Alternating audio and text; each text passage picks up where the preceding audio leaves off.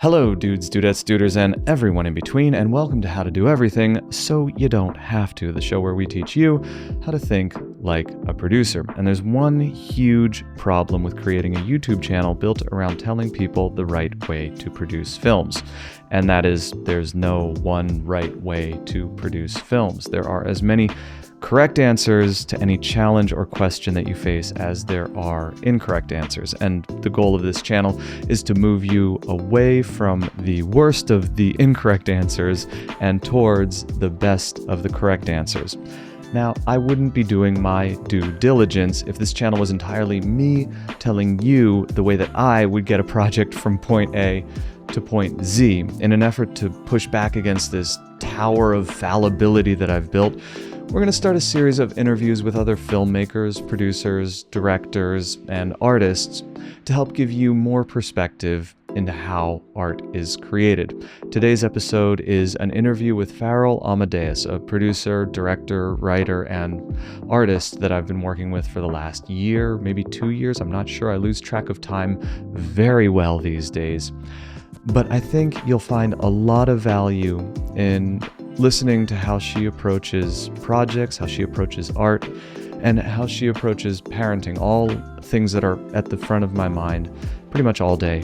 Before we get into the video proper, there is one acknowledgement I have to make, and that is a huge and sincere thank you to Sienna Sinclaire Studios for supporting this interview.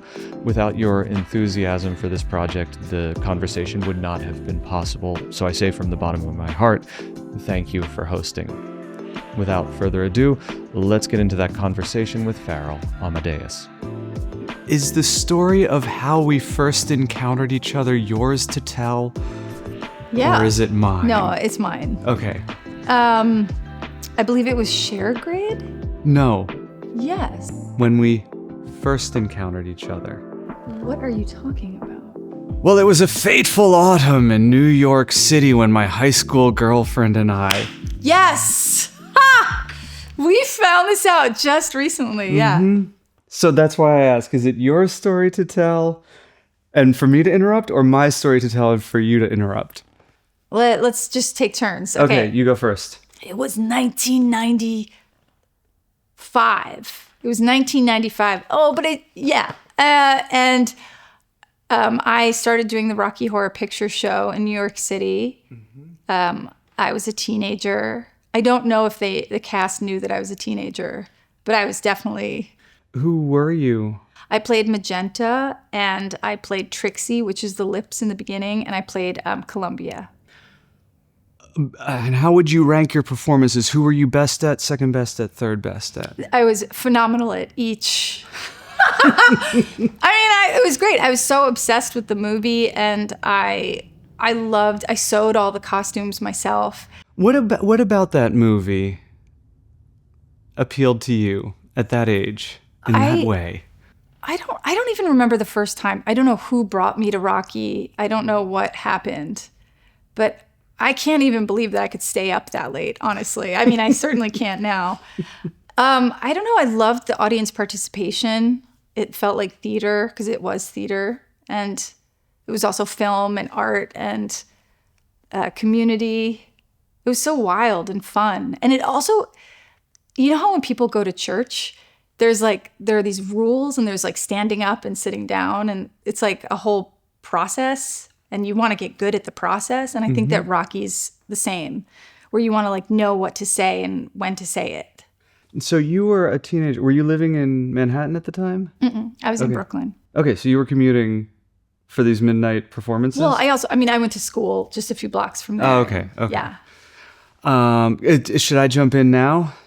Okay, and tell my side? Yes, please. Well, I was deeply in love with a woman in high school, and she was 2 years older than me, and she was in college at the time. But we had a weekend off, and we went up to New York City, and we said, look, there's a midnight screening of Rocky Horror Picture Show. So at 17 years old, I guess I saw 16, 17-year-old you. Yeah, it's likely. Yeah. I was there most nights. I did it from when I was 14 to when I was 16. Okay, so we were both kids in this theater, you performing, me with my girlfriend, having our minds blown. This was not our first time seeing Rocky Horror, but it was our first time in a live theater seeing it. So that was when we first encountered. 25 years later, we met up again, I guess. I mean, potentially. There's no way. Oh, stop it. You were in the room and I was in the room. What is wrong with you?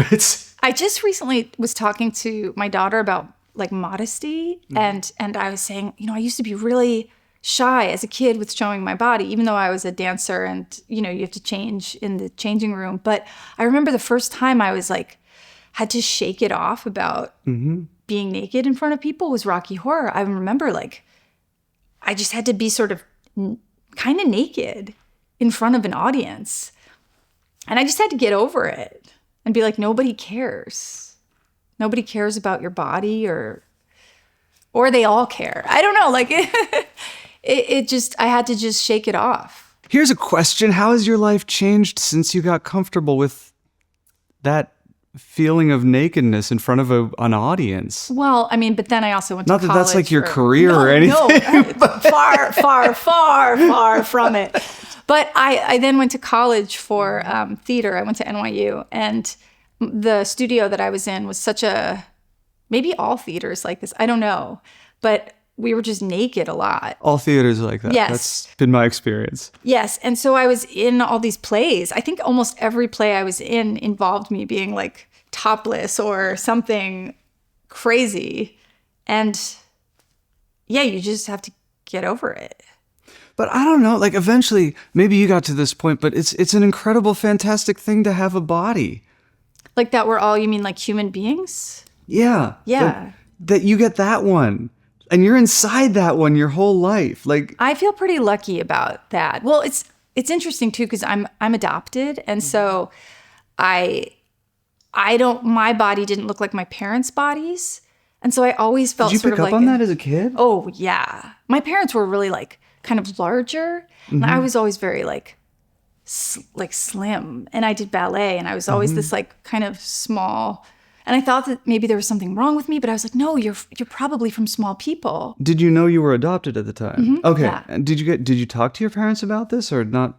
I don't think I talked to them about our bodies and the differences between them. But I never like, I don't know, I just didn't feel like, I always liked my body. That was also something weird. I could sense that in the media. It was very much like we're supposed to hate our bodies. And we're supposed to think there's stuff wrong with it.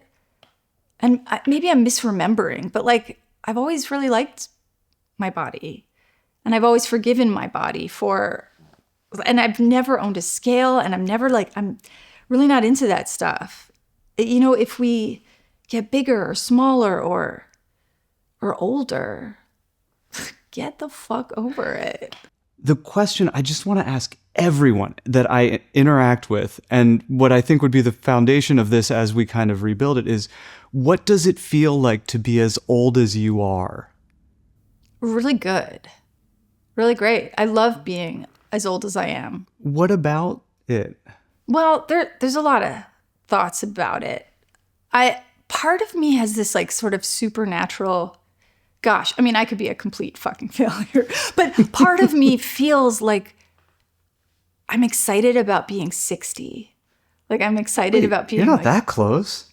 You got some time. I have quite a bit of time, but I don't know. There's something very interesting about being older and being a mother and being.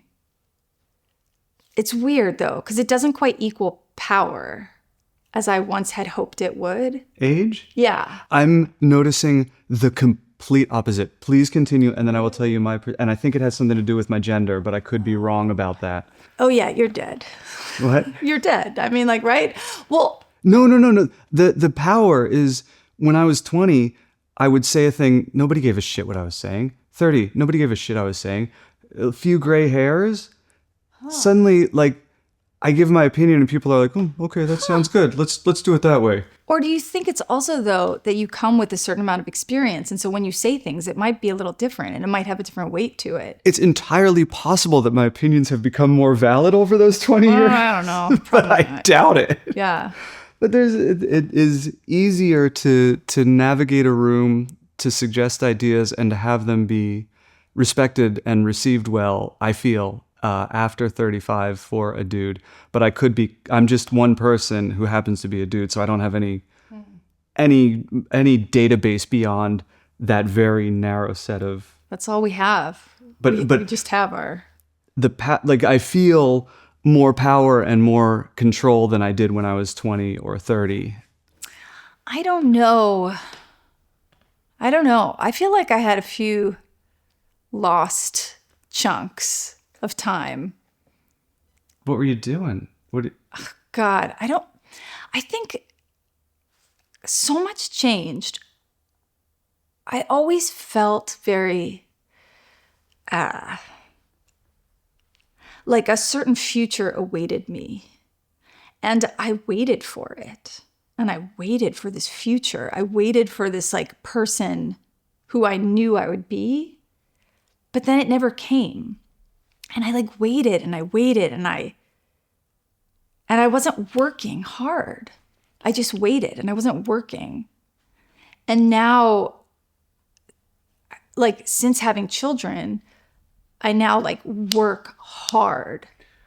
And I'm doing everything. I feel like I'm operating on like 1,000 levels and this creativity is just like, and all this inspiration. And it feels like I've been pulled back in a slingshot, like pulled back for fucking decades. And then in 2020, someone just like let go and I'm flying.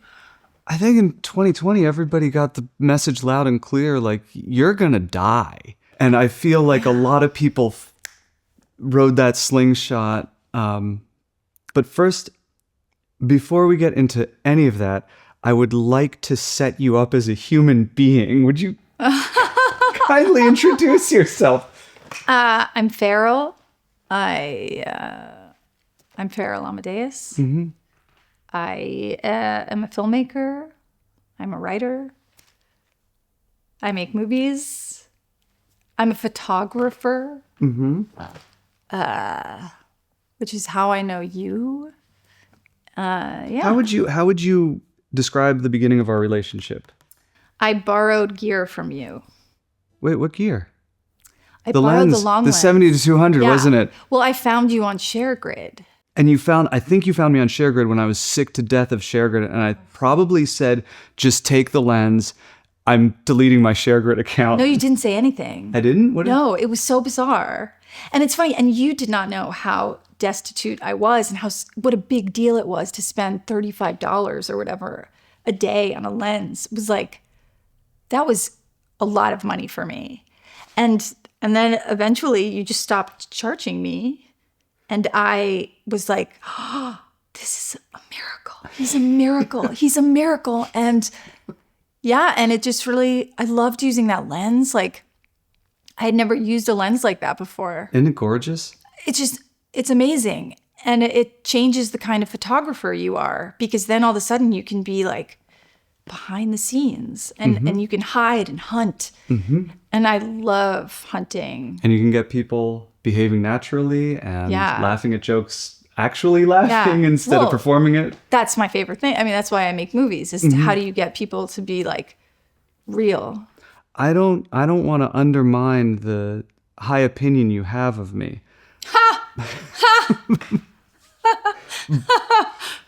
But that was entirely out of spite for ShareGrid. I hate ShareGrid so much that anybody who was there at the tail end of my interactions with ShareGrid, I was so happy to give them the lens or the gear for free. Anything you want, just take it for free instead of going through that rotten, wretched platform. Yeah, fuck the platforms. Let's be people. Not a fan of platforms. No, same. So yeah, I perceive you to be a producer.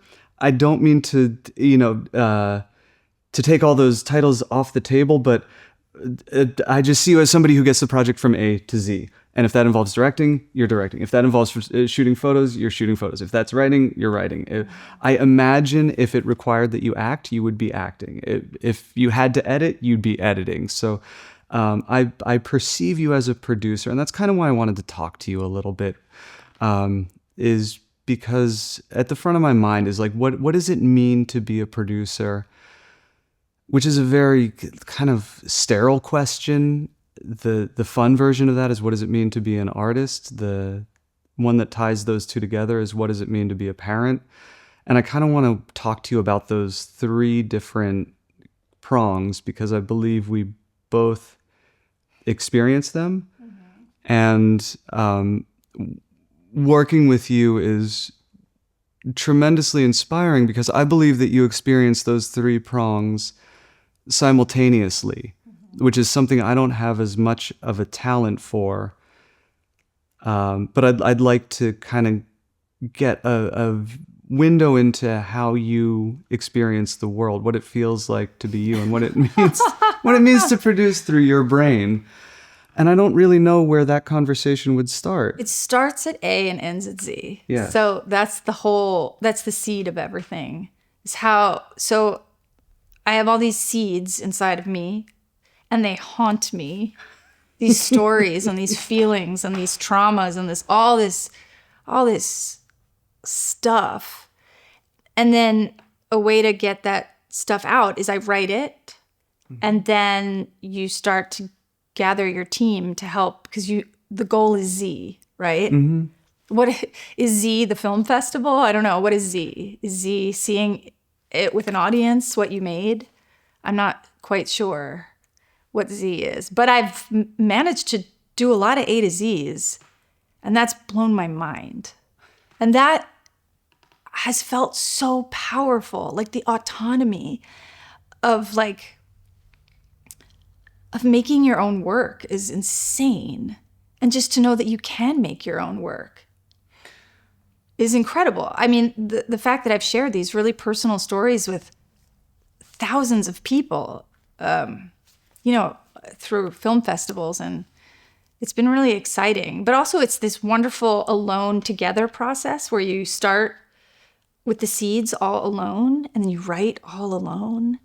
And then you start getting feedback on the scripts. You're collaborating, and then you start reaching out to your team, your production team. And then you start, you got to get the gaffer, and then you gather, and then you're in post, and then you're with the editor, and it's this huge process. And then at the very end of that, again, you're with this audience.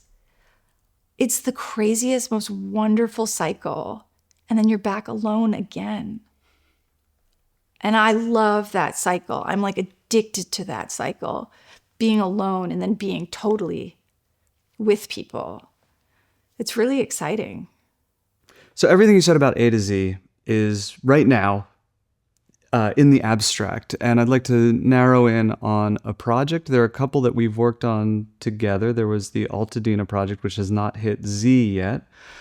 That's we're in the A to G phase of that. Can you talk a little bit about that project? Yeah. So it's weird. So I've always considered myself a photographer. Since I was a kid, I was I remember just looking at the photographs from my Fisher-Price camera, and being these are fantastic. I loved the composition, the texture. I loved everything about them. And then in middle school, I took photography, and my photography teacher was my first epic role model. She was so cool, and I learned about photography, developing my own pictures, and I won some awards as a kid. And then are those prints still floating around anywhere? Yeah, probably in my mom's house. Okay. And then, my contact sheets I actually just found going back there. And then I went to art school I went to LaGuardia High School. And I was an art major, but I did not take photography, which is so funny. What was the art you were studying then? Oh, you do everything. Okay, except photography. Well, you could pick. I think some classes are mandatory, but I think photography was like an elective. What were you good at? All of it. I'm good at everything. I mean, like, please. I mean, not to really. No. I get. But I mean, I could draw, I could paint, and the thing. Okay, so you know Hogwarts, right? Mm-hmm. Like Harry's magic, and he goes to Hogwarts, and he's around all these magical people. Maybe this is a bad example because he's the chosen one, but I always felt like an artist. I always felt like, and when I got into LaGuardia, I thought, oh my God, I'm going to be with all these artists. Everyone's going to be great. And we're all going to be kindred spirits. Mm-hmm. And then they weren't. And there was no, Ooh, sorry. There was no splash of cold water week 1. It was just like, I mean, some kids were fantastic at art and some were so mediocre. And I, as a kid, I remember just being so disappointed at the mediocrity. What made those people mediocre, in your opinion? I went to art school too. I have my opinion on what made the mediocre artists. It was just the technical ability, and maybe that's an unfair judgment at that time. Maybe I didn't understand. I was really just saying, like, well, could you make an orange look like a real orange? Mm. And maybe I wasn't really seeing wide enough. I think what made them special artists or what they could contribute. I was just like, can you draw this person like a real person? Which is a young sort of idea about art. I was the complete opposite. The classmates that disappointed me, it was a lack of curiosity and a lack of empathy that made them impossible for me to work with. Like, their technical skill could be good, but if they weren't curious about the world and other people, I perceived them to be horrible artists, and I might still perceive people that way. Well, the thing is, I was so excited about people in terms of behavior. Mm-hmm. And that's when I started really, I mean, I was already a performer. I did ballet as a kid, and I was interested in theater, and I loved behavior so much. So I was very curious, but I had no tolerance for this sort of like lack of skill. It really irritated me. Yeah, but then I ended up going to college for I tried out for theater at NYU and super pivoted. Mm-hmm. And then I didn't do photography again until, gosh, I had a baby. I mean, I always like took pictures, but then I had a baby and sort of, what did I do? I needed money. And so I was on Craigslist, and I found this. And you're still in New York at this point? Yeah, okay. In New York City, which is where I grew up. And then there was this guy that was like training people. He had a company that did real estate photography. Mm-hmm. And it was a great steady gig. And it was so cool because I got to go to all these apartments and all these houses, which I loved. And I got to go all over New York, and it was a really great job. And I learned a lot of technical things about cameras that I didn't know before. And he actually helped me buy my first camera and lens and tripod, and he told me what to get, and he was so great. Maybe he sold me his, like, I don't remember, but he really like ushered me into professional photography. Now, is this Pinocchio or Zelda at this point? Wait, what? Oh, which kids? Yeah. Oh, I had just had one kid. Okay. And then I was pregnant with the second one when I was doing this job. So how old was the first one? Just 2. Okay. She was 2. Yeah. And it wasn't making a lot of money, but it was enough to pay our like rent stabilized apartment. Mm-hmm. Yeah, it was nothing. It was nothing really sustainable. But it was nice making money through photography. And when we moved to LA... What was the impetus for moving? Well, having 2 kids, and also New York City changing so much, and lots of like death. Like Nick's parents had died, and my dad had just died. And we lived in this beautiful apartment, beautiful ancient apartment on the Upper West Side, but it didn't feel like, God, it felt like we were just stalled. And he had written a movie, and he sold a movie, and we moved to LA with that money, which was the most money we had ever had in our lives. And continues to be the most money we have ever had. And now he's gone. And when we came here, I did not anticipate being a photographer. I thought maybe I would still get those random acting gigs. Have you done any acting here? Oh, yeah. Oh, yeah. Oh, yeah. Hey. Oh, yeah.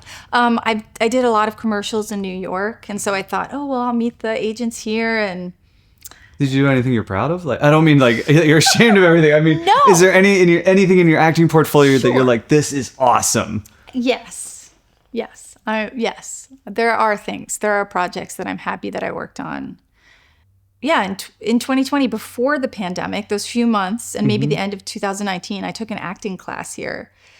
And I just, like, the talent was so great. There were so many people in that class that were fantastic. And I just thought, like all these stories started to come alive. I would watch them in class and I'd be like, oh, gosh, I just want to write stuff for them. And then I ended up doing a scene with this guy. And I thought, like, I never want this to end. I never want this. Like, the way that we worked together, the way, like, we worked so hard on that scene. And I just thought, I want this, but I want to do it forever. And so I made my first short. And it was, as soon as I started making that short, I was like, oh, this is the rest of your life. This is photography. This is performance. This is... It's movement. It's dance. Yep. It's acting. It's human behavior. It's... texture, light, it's everything, composition. It's the utter synthesis of all my skills. Everything's been building to this. I mean, it was really like one of those moments. And I just couldn't believe. And part of me, a very small part of me, is mad at myself that I didn't know earlier that I could make a movie. But I'm also like, this is who I am. And I'm this old, and I just started making movies. I've now made 4 short films, and I'm working on my feature. And gosh, I feel so good. I feel like, I don't know. You just hope that there are people around you that can help champion. I mean, really, the only control I have is A to Z. That's it. And I'm really proud of the things that I make, because they feel really honest. But I don't know. I have no control over who's going to see them, or who's going to want to see them, who's going to pay me money to see them, who's going to... So then, as a filmmaker, I'm still going to keep referring to you as a producer, and I apologize. But as a producer, where is that Z? Is the Z when you lock the film? Is the Z... Because that's within your control, but the Z of who sees it and when and who buys it, if anyone, is not in your control. Here's the Z. Hit me. For me. Like, the Z for me is sitting in a theater. It could be 20 people. It could be hundreds of people. And my films have played in all sorts of places like that. And, like, watching your film and, like, hearing the gasps or like feeling people weep, just sniffle. Holy shit. And me, not just me, but me and this, like, huge team of people, not to mention, like, all the first couple films I had were crowdsourced, which was demoralizing yet completely empowering at the same time. But, like, seeing at the end as the credits roll and it's just hundreds of names of people that supported you. Yep. The tears, that's a Z. That's a capital Z. And you're like, oh, well, we made a movie. And then you just keep, you do the circuit for as long as you do the circuit for. It's kind of random. And for as long as you have the $20 to $100 to enter the random garbage. Sorry. Like, call it what it is. We know. But I mean, like, it's so random. Yeah. And it's a real game. And now that I have had 4 films, I've had 3 films do circuits. I'm still working on finishing the 4th one, but I get the game. I don't know if I want to play that particular, like, short film festival game. But it's really great meeting people, and it's great seeing. I love movies. I really love watching movies. Aren't they great? Yeah, movies are great. Yeah, movies are fantastic. Why? Why do we even have movies at all? I know exactly why we have movies. Well, then... Well, or any art, honestly. I mean, like, why do we have art? Why do we make art? I mean, it's to connect to people, and it's, as people say so often, it's a mirror, but it's a guide. It's a guide. It's a mirror. It's this catharsis. I mean, gosh, I don't know what we would do. Even if we didn't have movies, there's all this other stuff. Just seeing a painting. I mean, it can really shift your whole being. There are movies and TV shows that have like changed my life. Mm-hmm. It helps me understand humanity and relationships. Yeah. You're touching on something that's on my mind a lot. And you mentioned the word catharsis for interacting with art. But you also mentioned like kind of like a change in behavior. And those are... I think about this a lot, and I'm trying to figure out what art is and why we have it, and like what the appetite that art feeds is. And those are, as best as I can reckon, catharsis, the kind of like the end of something like that exhale, but also like motivation, an encouragement to face in a direction and move forward with confidence in some idea or some emotion that you've been experimenting with, that a film or a painting or a song, you know, confirms the validity of that emotion and pushes you forward in that emotion to you know, reconcile it completely in ways that you might not be able to on your own. That's as far as I've gotten. It's good. It's pretty good. I don't know if that's useful or not. Oh, totally. Okay. Yeah, totally. Done. Okay. You just reminded me because so I, auditioned for Tisch when I was in high school. I auditioned for NYU, and I remember going to the audition process was so bizarre, and I remember being so nervous. And I went into the room, and gosh, they said, I don't remember which came first, the interview or the monologue. And I did the first line of my monologue, the first line that I had been practicing. And they said, "Thank you," after the first line. And I was just like, what do you mean, thank you? Like, I've been working on this. Like, I memorized so much. Like, what do you mean, thank you? But then I remember the interview question, which is what reminded me just now. They said, and this is kind of maybe a bullshit question, I don't know. But she said, "What is a world without art?" And I just remember like immediately going, "It's Columbine, man." What? I said, "It's Columbine." I was like, that's what happens when you don't have art. Columbine. And I remember being so like, and that comes up sometimes where I think, yeah, like, and when things like that happen, when these like massive emotional, destructive moments, war and violence, I think like, couldn't they have made a song? Maybe that's crazy. And it's so much more than just couldn't they have made a song. I understand that. And I understand it's like, it's a system and culture, and so much is in violence. But I think if just art were just a little more important, you know what I mean, in society, like if we could just do yoga and paint and dance, I don't know, and breathe together, like maybe we wouldn't have such a angry, fearful society. Because art is understanding. Mm-hmm. And understanding is the opposite of fear.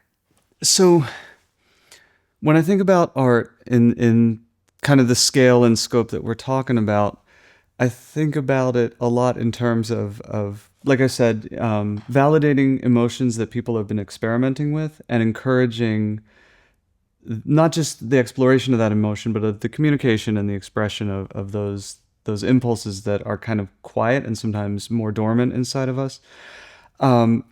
This gets to something probably more important than that is, does the human species as a collective have the capacity and the interest to communicate with art and with empathy instead of communicating with violence? And I don't have any reason to believe that that's possible. And I'm only speaking from thousands of years of history. Yeah, I don't know.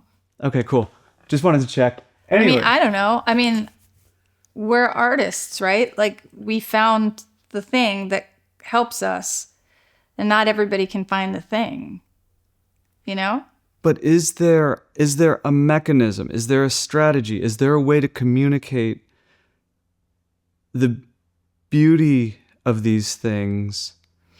Yeah. At a large scale?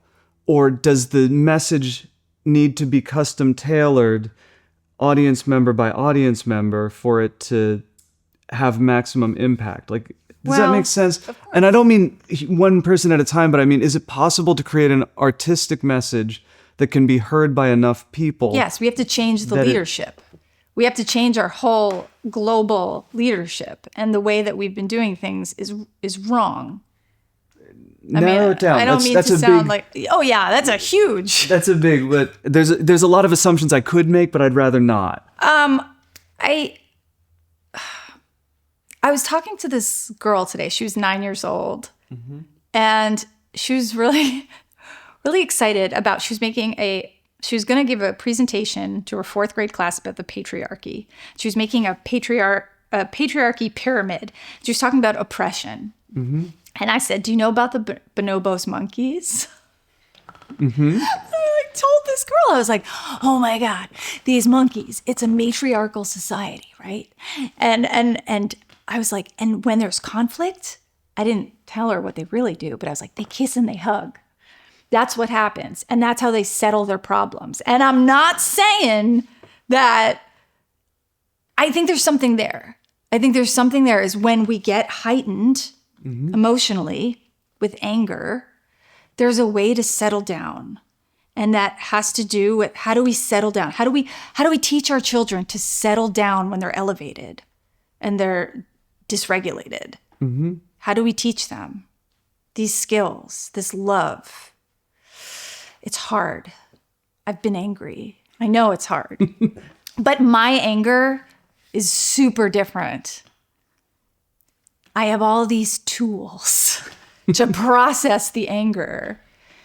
And not everybody has those tools. But also, I haven't had the kind of experiences in life that I think might elicit such anger. You know, if my family was killed in genocide, perhaps I would have a different chip on my shoulder. Mm-hmm. The conversations, I think everyone in that room had ADHD, including, you know, so we were just like, pew, pew, pew, the pyramid, the patriarchy, bonobos monkeys, pew, pew, pew. Yeah, it was pretty wild. Shakespeare. Oh yeah, we talked a lot about Shakespeare. Whew.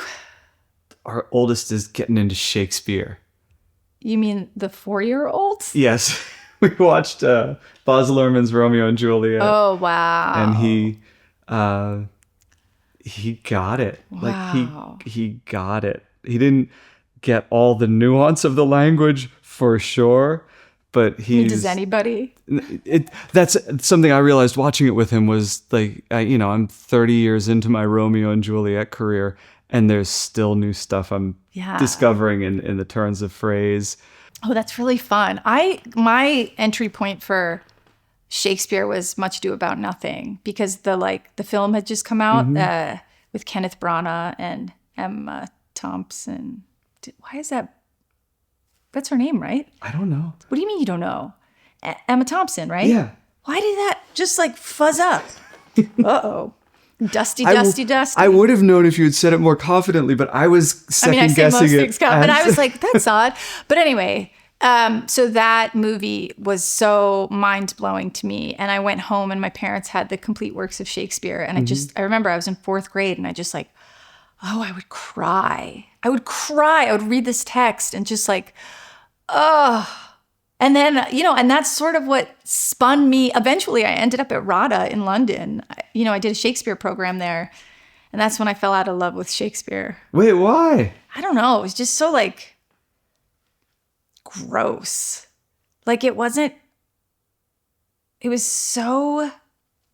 Was it the school or the text that kind of left you sour? Maybe it was my classmates again, like with this like. Man, you are way more judgy than I thought. I'm going to be on my best behavior around you. No, I'm not judging. No, I don't know. I mean, also that was young Faryl, who was. I don't know. I really have shifted in my life. I really was a little bit more judgmental then. I have maybe more understanding now. I don't know. But then, I don't know, just the program. I was so excited about getting into this Shakespeare program. It was such a big deal to me. And then when I went, I don't know, it wasn't that fun. Did you go to the Globe at all? Yeah. Okay. Was that fun for you? Sure. What did we see? We saw Vanessa Redgrave perform Twelfth Night. I could be wrong. What year were you there? Because I don't know who was in it, but when I went to the Globe, it was Really? 12th Night. Yeah, That's funny. I was there in 2023. Okay, yeah, I was not there. But I've been to the Globe more times than that. I also went in... wait, what? Did I just say 2023? You did. My bad. 2003. Okay, that was more close to when I was there. I also went at the Globe in the year 2000. Wait, you weren't there in 2003 when somebody passed out in the audience? I don't think so. Okay, so we weren't in the same room for that show. That would have been very specific. Did we both see 12th Night? Yeah, in 2003. With Vanessa Redgrave? I don't know who was in it. I wasn't checking come on. That's a big deal. Playbill at all. But that's funny. Boy, howdy did I like 12th Night. Oh, yeah. That one. Yeah, it was fun being in that. It felt very special being in that space. But I also acknowledge, it also felt touristy and... But it's a theater. They're supposed to bring in tour. That's not unique. Yes. But there was something that felt, a long time ago, if you visited Ellis Island, you could touch the silverware that people had left. You could touch the luggage. Yeah. And now it's all behind plastic. If you go to Pompeii, you used to be able to touch things. And now it's all. And I think that the Globe is somewhat similar. Yes, it's a working theater, but there's something very in quotes about it. You know what I mean? It's fine. It's exciting. Sure. Well, when I got to LA, there were no gates on the old zoo at Griffith Park, so you could go through all the enclosures and climb up and down and all around. Those days are done. Oh, wow. The world gets colder and more closed off wherever you are. Until we change it. Is that possible? Do humans have the capacity to change humans for the better? And I'm not convinced that the answer is yes. I don't know. And if so, how do we get started on that project really quickly? I don't know. We're at the precipice of what we anticipate. Dark times. And, but maybe that's when art comes alive out of necessity. I don't know. It'll be useful as, as a way to calm nerves throughout it, but I don't know that it will. I don't know if it's going to affect any actual. What's frustrating about these dark times of which you speak is that they feel, all the wounds feel self-inflicted and avoidable, except for our nature. It feels like it's hardwired into our behavior at large. No individual seems to have this behavior hardwired programmed into them. But as a species, we seem to behave collectively in this way. And it seems that we aren't able to reconcile our behavior as a species. We don't have that much not to be crazy, but probably robots are going to kill us while we're sleeping. It's just a possibility. And really, I only have the power to take my seed from A to Z. That's all the power. I don't have the power to change society. I have the power to maybe shift emotionally a theater of people and maybe another theater of people made like, but that's, But how does I don't know. This is at the front of my mind every day. How do children play into that? There's only so much I can do with a film or a photograph or a poem. But I think the underlying hope in my heart is that if we raise our children correctly, if we raise them with love and with empathy, that might have a chance of making a difference. What are your thoughts as a mother? I don't know. I can only hug and listen. There's so little I can do. There's so little control I have over their little sweet beings. I mean, I really am there to just be like, I love you, and I'm listening to what you have to say. I disagree with you a little bit about that limit to your possibility of influence, because the reality is, like, until they're 12 or so, you can tell them that LA is the only thing in the world. And if that's all that they're told, that's all that they'll know. You can tell them dinosaurs exist in Arizona. I mean, that's why we have the president we have, because people have convinced there's all this truth, and truth is malleable. But what I'm driving at, I don't disagree. Truth is malleable. Oh my gosh, we've lost it. But what I'm driving at is that in the first kind of 10 years, your capacity to influence them is nearly infinite. Sure. And I hope that I am gifting them empathy. I hope that I am teaching them that it is, certain words are cruel, certain things are, I hope to, we have a rule in our house not to say the word ugly. And they're like, but that doesn't make sense. I was like, look, you can call something ugly. You don't call a person ugly. You can call a thing ugly, but it's just such a nasty word, and it's such a mean sentiment. And I don't know. And there are things like that. Swinky has a similar one. When I started dating her, I would say, "Oh, I'm an idiot." She said, "Don't you dare say that. Don't you ever say that. You can say that you did something idiotic in that moment, but you cannot say that about yourself." Yeah. She was very strict about verbiage. And that's one example of... Well, we do that too. You're not supposed to say you're bad, but you did something bad. Mm-hmm. Or you behaved poor. You know what I mean? That was the most heartbreaking thing I had ever experienced. And I didn't expect it when he was 3. And I said, "Why did you do that?" And he said, "I'm just a bad kid." And I had to go back and revisit every decision I had made as a parent. Well, that's a lot of pressure. All my phraseology, all my expectations that led to this person saying that they were believing that he was fundamentally bad, unfixably bad in one way or another. But can I relieve some pressure from you? I doubt it, but you can try. Really, I really believe, be who you are, which is a kind, smart person, right? Just be yourself. And it's just hugging and saying, I see you and I hear you. Listen to them, give them choices. But there's nothing, and just don't really lie to them. I assume they're going to be smart, good people. Mm-hmm. I just assume that. Nick is smart. I'm moderately okay. You're doing fine, Key. Let's see. I mean, I'm fine. But they're okay. I think they're okay. I don't believe that he will, for the rest of his life, consider himself a bad person. I don't think that he considered the totality of himself a bad person in that moment.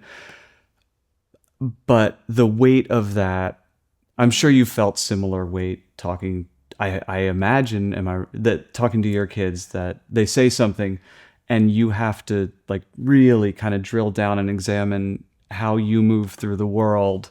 Yeah. Things they've said have shifted my behavior, for sure. And dramatically and immediately kind of thing. Yeah. But what a gift to us. Really, what a gift that they can... But we are shifting each other and changing each other. Mm-hmm. Mm-hmm. But really, they come with stuff. They come with this great knowledge, and they're just so intuitive. And you teach them manners, and you tell them, these are manners. Say please and thank you. There's things that we're still trying to teach our 9-year-old, you say hi. If someone says hi to you, you say hi. And she's like, no. And I'm like, well, that's just something you have to do. You don't have to converse further than that, but all you have to do is just, hi, maybe eye contact, maybe, I don't know. I mean, I'm just teaching you the rules of society. And when you're ready, you can play with those rules, but you must know them. I don't know. They're fine. We're fine. We're good parents. They're fine. The kids are fine. How has parenting changed your art? Oh my gosh. Well, entirely. I mean, I was only a filmmaker as a parent, and it means the world to me to show them how hard I work. It means the world. Like, they know that I write every single day, and they know, they know that I'm away and I go to film festivals, and they know that I'm on set, and they know, and they don't care. As long as I bring them stuff from craft services, they're fine. They're like, gummy bears gets me across the finish line. Yeah. But I just want them to show them what it is to work hard. That means the world to me. I mean, I want to just like, I don't know. I want to show them what art means to me, and like how I move in the world. And how I move in the world is that it's so important to collaborate with people. Like, none of the A to Z is going to happen without the working with people. So I don't know. I just hope I'm a good influence on them in some silly way. I just don't want them to be like jerks. Yeah. I'll give them a little bit of jerk freedom in their teenage years, as that kind of happens. But yeah, I hope that they won't be jerks. I hope that they're nice people. And I really want to show them that art means so much to me, just as much as being a parent. It's very similar things, And there's a trust with both of those things. You really have to trust art, and you trust being a parent. There's no other choice. I couldn't agree more. And we'll leave it there. All right. That's the theme song.